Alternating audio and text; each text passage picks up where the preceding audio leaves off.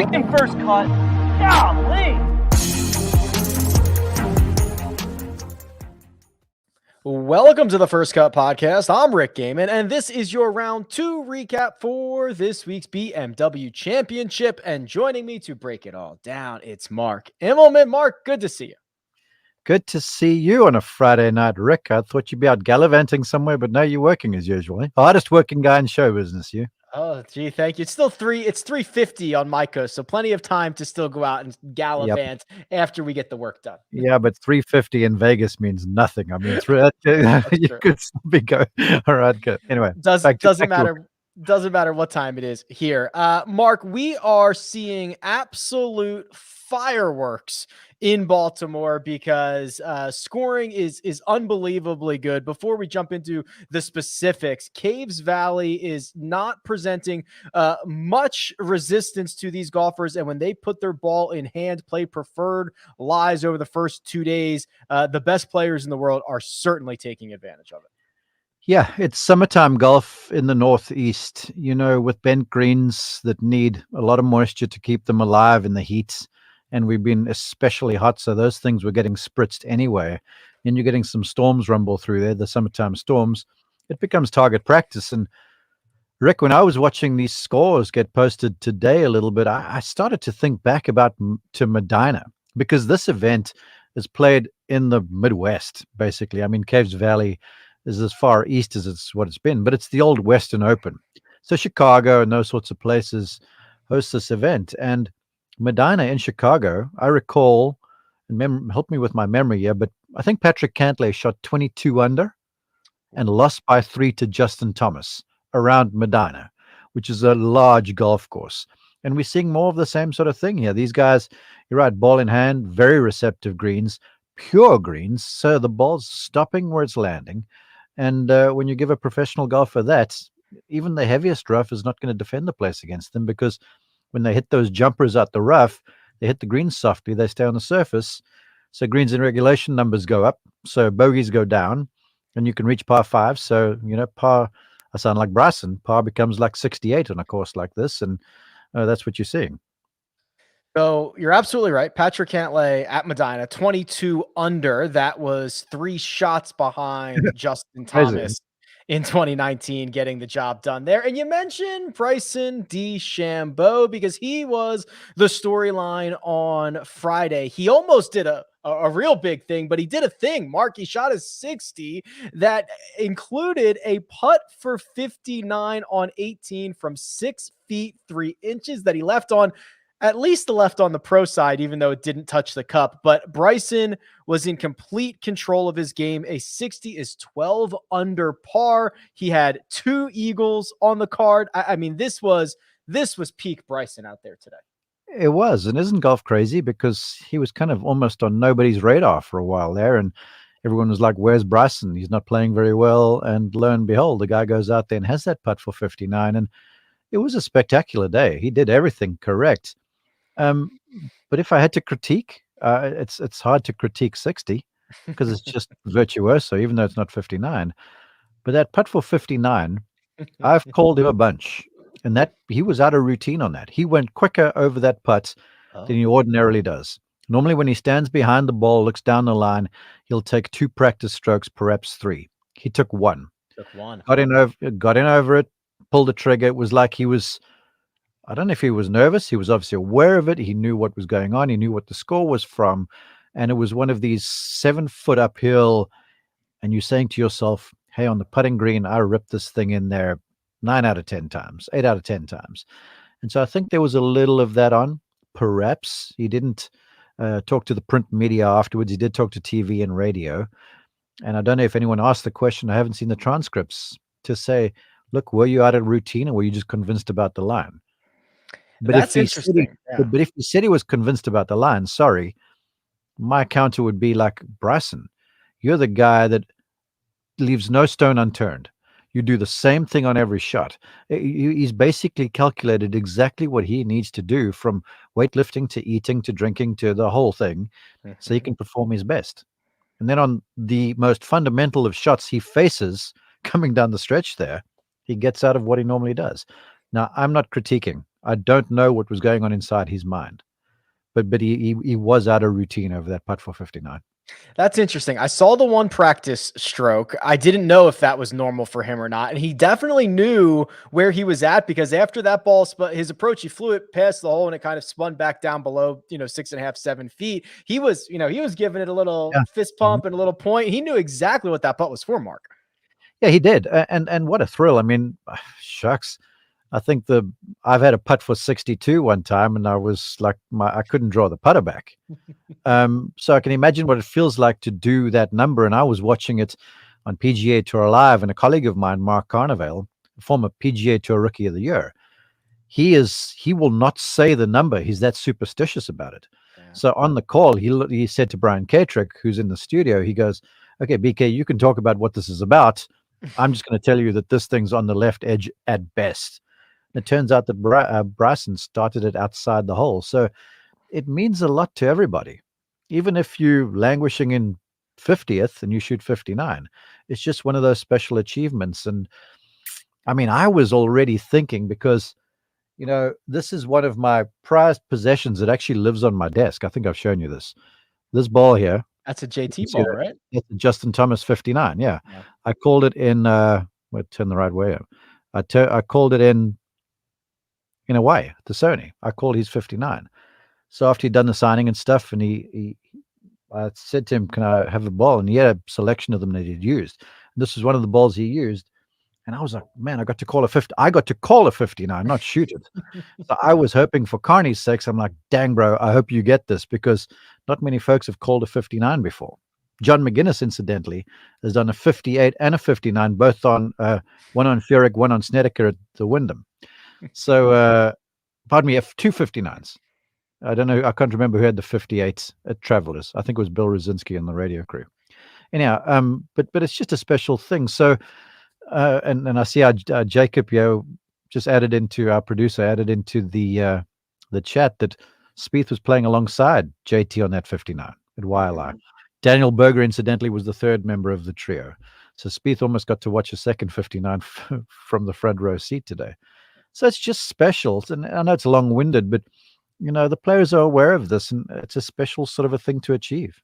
Yeah, they're aware of it. It turns a little bit into like a no-hitter situation for a pitcher. Nobody wants to talk to Bryson. Nobody wants to get him out of his routine. No one wants to say, hey, he's got a 59 coming up. So it was always fun theater. A 60 will certainly do, and he is 16 under par. And at the moment, one shot clear. I should clarify, there are a few golfers still out on the golf course as we record this. Patrick Cantlay is in the clubhouse with a Friday 63. He will be at 15 under par heading into the weekend. And Mark, I know we can do the strokes gain thing all night and all week and all month, but something special is happening with Patrick Cantlay's putter right now. And this is the best way that I can illustrate it. He gained over 6 strokes putting yesterday, the single best putting round of his career. Today, he gained 5.1 strokes putting, the second best putting round of his career. So back-to-back days, he had the first and second best putting rounds of his entire career. He is actually, if you want to go deeper into the metrics, losing strokes from tee to green, and he is one shot off the lead. You know what? I watched some golf. I had to give some golf lessons today. So I wasn't on Twitter very much, because if I was, the first place I would have went to when I had a quick gander at the scoreboard, and I saw the way he was putting, because he had like 23 putts today, I think it was. I was keen, because I was like, his ball striking numbers have got to be pedestrian, really.